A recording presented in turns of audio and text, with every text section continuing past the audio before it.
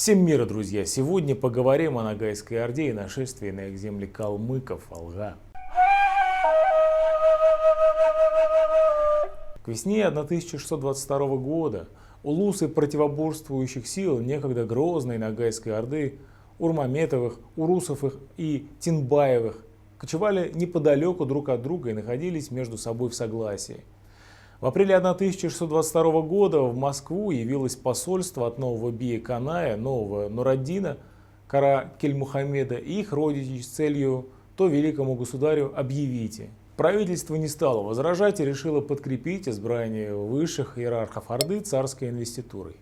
К тому времени уже была заготовлена шерсть с пробелами в местах имен будущего бия и Нураддина, которая вместе с жалованными грамотами, подарками и приказом воеводам об устройстве торжественной церемонии была отправлена в Астрахань. 10 ноября 1622 года в тамошнюю съезжую избу прибыли 200 ногайских аристократов. Им была объявлена государева воля о назначении Каная бием и Каракель Мухаммеда Нураддином. После намаза Канай, как и Иштерек, в 1600 году был поднят на полсти. За этим последовали пиру первого воевода, на следующий день и второго, на третий день мирзы шартовали на Коране в верность царю. В церемонии участвовали главы Тинмамедовых, Иштерековых, Бейтерековых, Урмаметовых, Урусовых и Тинбаевых, то есть всех основных группировок. Перед большими ногаями открывалась перспектива восстановления единства и, может быть, возрождения их державы. Впервые за долгие годы отпрыски различных ветвей потомства Исмаила объединились и фактически признали свое подчинение единому правителю. Под впечатлением такой перспективы бий Канай имел основание поделиться с царем следующим, и с которыми своими родимцы ото многих лет не видались, ныне с ними кочуем вместе и любим их зато душою и сердцем. Но тут же добавлял: а того, государь, не ведаю, что они меня любят или нет. Однако оказалось, что любят его далеко не все, то тут, то там возникали различного уровня конфликты внутри Орды.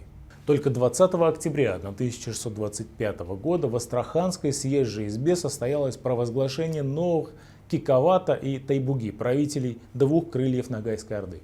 Ими стали глава клана Тинмаметовых Джан Мухаммад и один из вождей Алтеулов Султанай. В то время разделение улусов и мирс выглядело уже как Канаева и Нуруддинова половины. К первой принадлежали Урусовы и Тинбаевы, ко второй Урмаметовы, Тинмаметовы, Иштерековы, Бейтерековы, Иштерековы и некоторые алтеульские мирзы. Лидеры сильных кланов Тинмамедовых и Алтеулов получили высшие посты в Орде и тем самым номинальный доступ к власти. Однако в действительности сами по себе эти посты уже мало что давали их носителям.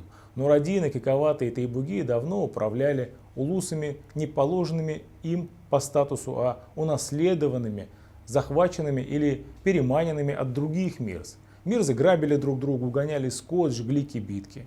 Несмотря на эпизодические инициативы примирения отдельных ногайских вельмож, достичь единства большие нагаи были уже, похоже, неспособны. Тем временем из-за Яика продолжали наступать калмыки. Несколько раз они громили приволжские улусы, отходя затем восвоясь, и большие нагаи надеялись теперь только на помощь воевод и старались держаться ближе к Астрахани или уйти на правобережье. Набеги калмыков становились все более жестокими. В сентябре 1633 года они обрушились на кочевье Киковата. Джан Мухаммед во главе всех своих подданных перебрался на западный берег Волги. В январе 1634 года произошло нападение калмыков на оставшихся нагаев Каная. Едва отбившись от войск тайшей, они тоже потянулись на крымскую сторону. Государственная территория оказалась нагаями утрачена. Абсолютное их большинство очутилось теперь по правую сторону реки. Впоследствии калмыцкое нашествие фигурировало в ряде документов как единственная причина ухода нагаев на запад. Однако существовала и другая, не менее серьезная причина притеснения со стороны астраханцев. Русские и нагаи часто ссорились из-за мест рыбной ловли. Стрельцы и посадские люди отбирали у кочевников лошадей и полон. Мирзы жаловались воеводам. Привлечь внимание наместников к этим бесчинствам пытался и посольский приказ. От астраханских людей чинятся многие обиды и насильства, лошади у них, у нагаев, крадут, и насильством отнимают и рабят, и жен, и девок крадут, а у вас сыску и управы нет. Именно с 20-летними унижениями и оскорблениями от русских соседей и были во многом связаны как переселение нагаев, так и их упорные отказы вернуться на левый берег. Мы отошли от обиды, и от неправды воеводские пошли мы, заплакав. Канай, оставшийся на левобережных кочевьях с ничтожным числом улусников, был, очевидно, полностью раздавлен новыми обстоятельствами.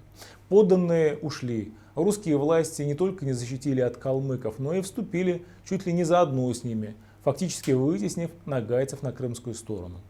Тем временем калмыки продолжали набеги, убили брата Каная, хан Мирзу. Канай продолжал отчаянные переговоры с астраханскими властями и оказался в астраханской тюрьме. В административной переписке причиной этого странного поворота в его судьбе называют ссылки с калмыками. Сам Бий в челобитных на государево имя недоумевал, не понимая, за что заточен, и клялся, что сидит безвинно, оговоренный изменниками, теми, что пошли прочь на крымскую сторону и давно замыслили Каная известь. Разумеется, никакого авторитета среди соотечественников у Каная уже не стало. В 1634 году мирзы Большой Ногайской Орды шартовали и клялись в верности царю, даже не упоминая имя своего Бия. Одним из решающих факторов утраты нагаями своих исконных территорий являлась экспансия калмыков.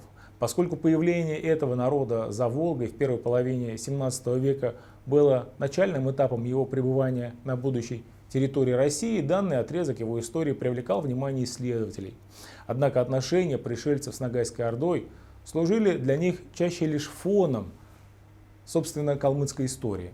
На протяжении 16 столетия контакты калмыков и нагаев оказывались эпизодическими, что объяснялось значительным расстоянием и занятостью западных айратов, будущих калмыков, центральноазиатскими делами.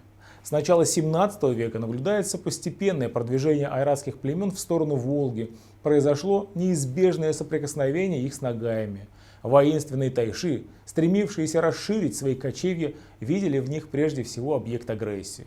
К 1620 годам айраты разделились на две группировки. Северо-западную во главе с Хоорлюком, предводителем племени Таргаутов, и Далаем, вождем Дербетов на реке Ом и в районе города Тара, и юго-западную во главе с Харшаутским Байбагасом и Чарасским Харахулом, верховье Хартыша. Именно подданные Хоорлюка стали постепенно занимать нагайские степи в поисках новых пастбищ. В 1610-х годах огромное пространство между Самарской Лукой и Аралом, почти ежелетнее и ежеосеннее, становилось ареной постоянных стычек калмыков с нагаями. Последние, напуганные таким напором, отхлынули к Каспию и Астрахани. Большая часть их территории опустела.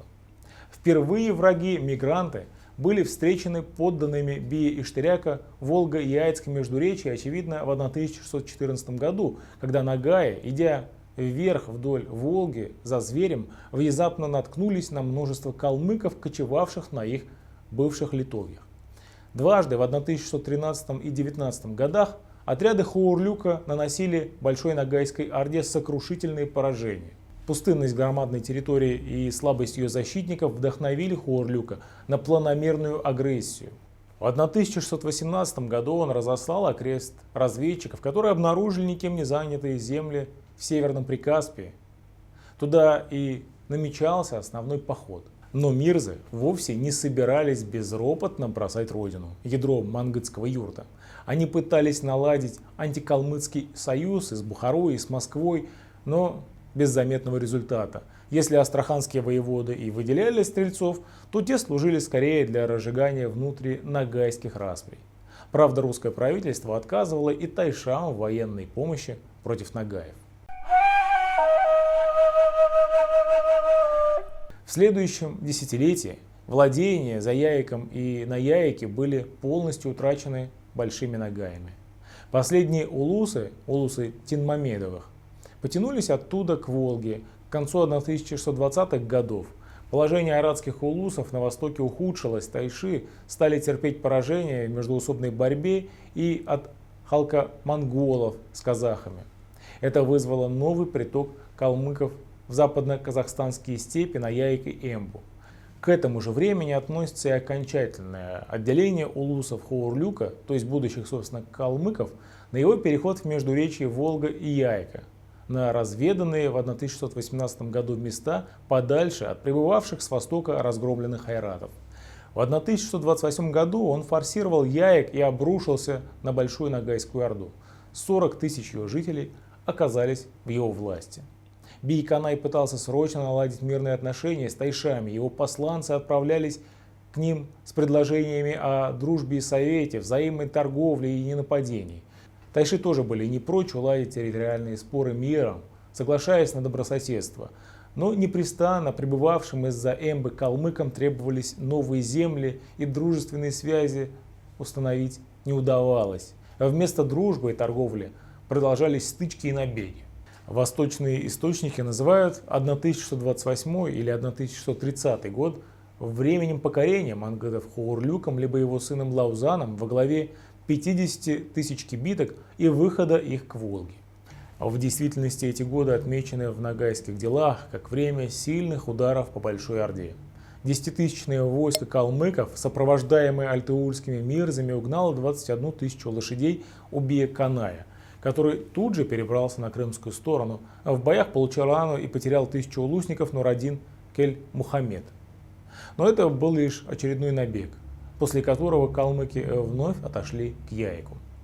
В 1632 году ставка Ховурлука была учреждена на Волге. К тому времени его подданные обладали уже неоспоримым перевесом над прежними обитателями Заволжья.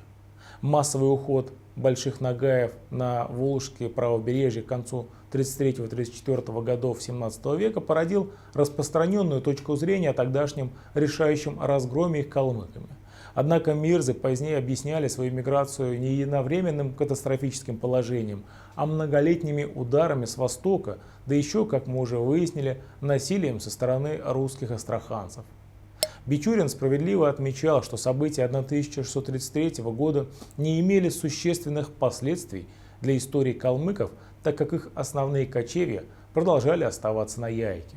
Тайши регулярно угрожали нагаям полным разорением и истреблением, но Бий-Канай продолжал попытки договориться с новыми соседями и одновременно просил у русских военной помощи. Помощь ограничивалась посылкой в Волго-Яицкую степь небольшого отряда стрельцов, который отбил у калмыков полон, и опросом сибирских воевод о месторасположении калмыцких кочевий с приказом им при необходимости ударить в тыл по Ховурлуку. В 1630-х годах сформировался кочевой цикл калмыков на новоприобретенных землях. Литовья находились восточнее Яика на Эмбе, Илеке и Иргизе. К зиме стада перегоняли через Яик Большому и Малому Узеням, верховья Самары, а иногда заходили и на крымскую сторону. Воеводы в 1635 году докладывали, что калмыцких людей умножилось и учали кочевать по ногайской стороне от Астрахани в ближних местах по Яику и от Яика к Белужью, от Астрахани днищих в 3 и меньше. Нет оснований полагать, будто полное вытеснение нагаев являлось целью Ховурлука и прочих калмыцких вельмож. Им нужны были пространство для кочевья и покорные подданные. Первые они получили. Количество вторых мечтали увеличить различными посулами и угрозами, привлекая беженцев обратно на ногайскую сторону. Мирзы возвращаться отказывались, боясь полного истребления или закабаления. Редкие же их робкие попытки наладить через Астрахань переговоры с Ховурлуком и его сыном Дайчином наталкивались на резкую отповедь воевод. Мириться им, ногайским людям, с калмыками не для чего. Ведают они, ногайцы, и сами, что калмыцкие люди их, ногайцам, искони вечные недруги, и миру у них с калмыками не сойдется. Единственный шанс на мир и спокойствие, по словам воевод, давала государева защита. Таким образом, русские власти не допускали самостоятельного за их спиной примирения кочевников. Впрочем, тайшам периодически направлялись запреты нападать на нагаев. Не все захотели или успели уйти за Волгу. Союзниками тайшей оказались улусы потомков Шехмамая и Алтыулов, которые кочевали по соседству или вперемешку с калмыками. Некоторые улусы Большой Ногайской Орды тоже подпали под власть Хаурлюка и его сыновей, однако большинство их не пожелало стать зависимыми от новых владык. Чтобы заселить опустевшие степи Тайши в 1135 году напали на Мангышлык. Часть тамошних туркмен была насильно переселена на север. Калмыцкое нашествие имело роковые последствия для исторических судеб Большой Ногайской Орды. Народная память связала ее окончательное крушение именно с калмыками. Деморализованные полным разгромом нагаи лишились привычной территории кочевий и расселились по причерноморским степям. Друзья, обязательно ставьте лайки, подписывайтесь на наш канал и оставляйте комментарии под этими видео. С вами был Ренат Хабибуллин и Татары сквозь время. Ассаламу алейкум, сау балагас и до новых встреч. Пока.